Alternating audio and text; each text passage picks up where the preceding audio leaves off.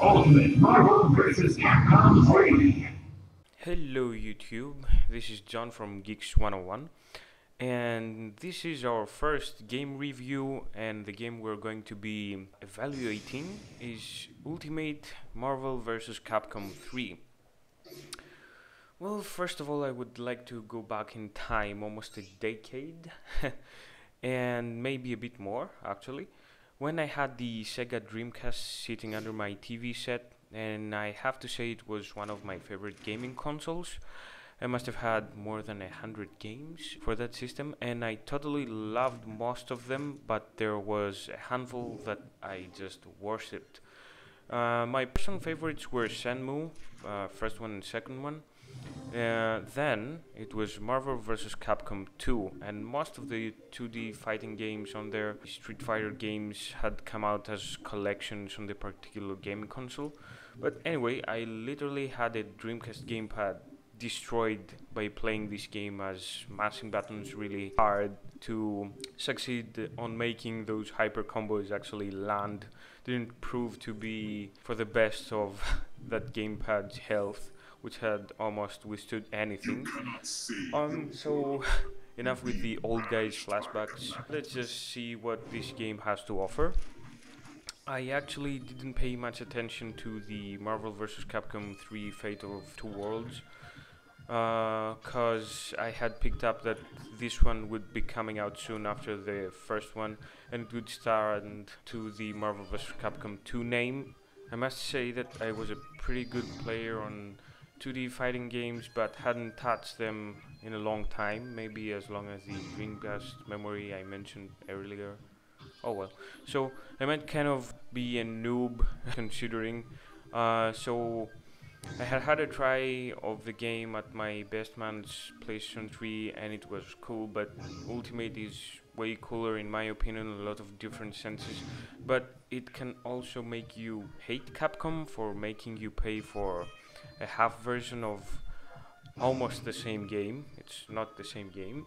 It feels like the people that bought the first Marvel vs. Capcom 3 game, in my opinion, are rightfully feeling ripped off, as the new additions are meant only for people that actually buy the new game and will not release DLC for original title owners, which sucks. So the first thing that hit me when I started the game was the very good intro that you saw with me before I started talking. It's maybe one of the best videos I've seen in a fighting game in years. I felt blown away and found it really very artistic with a lot of energy despite the kind of static images. And then as you can see, the menus are pretty much giving the same comic book feel to the whole thing. Very good on the menu change, so thumbs up to you, Capcom, for this one. My hat is off to you, sirs. Going through the menus, It's like going through a comic book, and all the options, menus, and mode menus, etc., just give you the same feeling. So yes, I was pretty amazed by this. As a graphic artist, I can see the difficulty in succeeding on something like this in such a beautiful way. And as I navigated through the menus, the first obvious choice for me was the offline arcade mode. And again, the character selection screen caught my eye as I saw the differences here too. The comic book feel and look is present here as well. And finally, the characters are separated in two sections, Capcom and Marvel. Also, there is the character additions. That to me is the most important addition of all. So we get 12 more characters, 6 for each side. So the total now reaches the number of 50 playable characters. If I remember correctly, the total on Marvel vs. Capcom 2 was 56. The new characters are very unique, and their fighting style is very distinctive, giving the game a very refreshing point of view. You will see in your recruit lists the flashy names of Strider Hiryu, who is a Marvel vs. Capcom 2 veteran that comes back actually, Firebrand, Virgil, Frank West, Phoenix Wright, and Nemesis on the Capcom side. And on the other side of the ring, we got Marvel with Ghost Rider, Doctor Strange, Nova, Rocket Raccoon, I wonder why, anyway, Hawkeye, and Iron Fist. You will also see a new mode called Heroes and Heralds.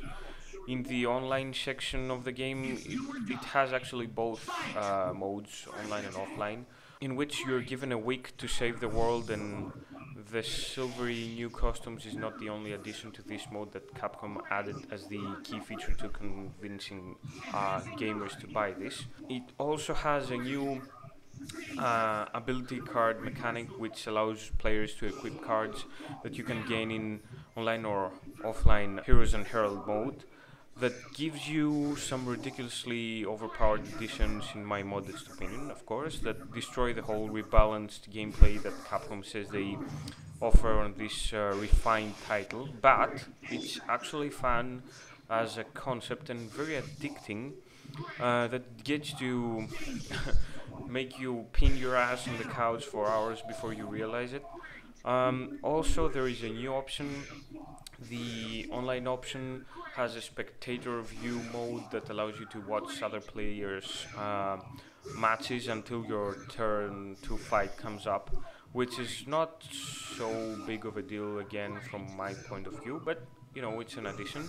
The optical part of the game with the improved engine is spectacular, with all the madness going on, despite all the flash effects and the total mayhem that the Team Hyper combos deliver to opposing teams and all that stuff. The frame rate doesn't seem to budge, and you get that non-stop natural flow of 60 frames per second at all times.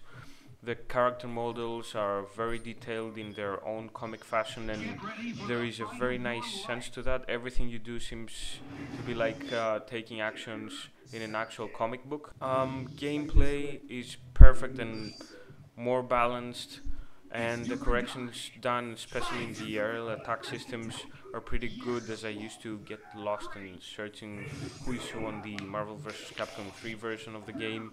Now it's more tactical and strategic, and feels like a different game from the ground and up.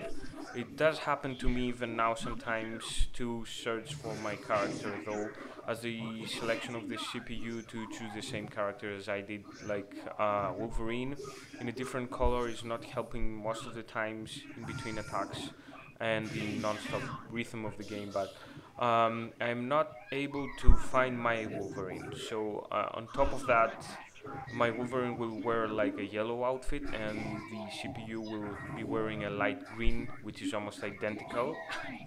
Especially in a scene with a bunch of flashing effects, that's impossible to, distinguish which one is your character. Sound is doing its job and brings back a big bag of memories, as much as The sound effects are almost identical with previous titles, but in a more refined quality. But one thing did amaze me. You're able to not only select the spoken language from English to Japanese, you can do it separately for any character you want. And that, my friends, is awesome. Imagine having only to change everything in Japanese and just picture Wolverine perform his Swiss cheese and hear him say that in Japanese. Wolverine, speaking Japanese.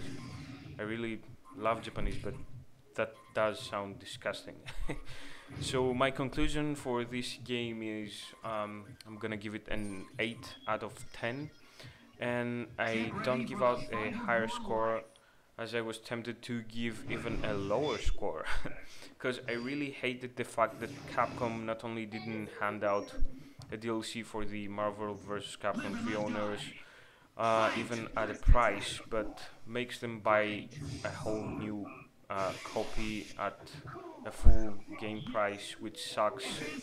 But that doesn't change the fact that this is a pretty darn good game in all aspects. If you are fans, as I am, you will pretty much suggest, as I do, the game to either the guys and girls that already have Marvel vs. Capcom 3 Fate of Two Worlds or don't. In an insane way, it totally stands out for its own, and it shouldn't be missing from your collection. So we got the graphics of the game, really flawless job, and the whole optical theme is very good and brand new, not just only refined. It's like a comic book.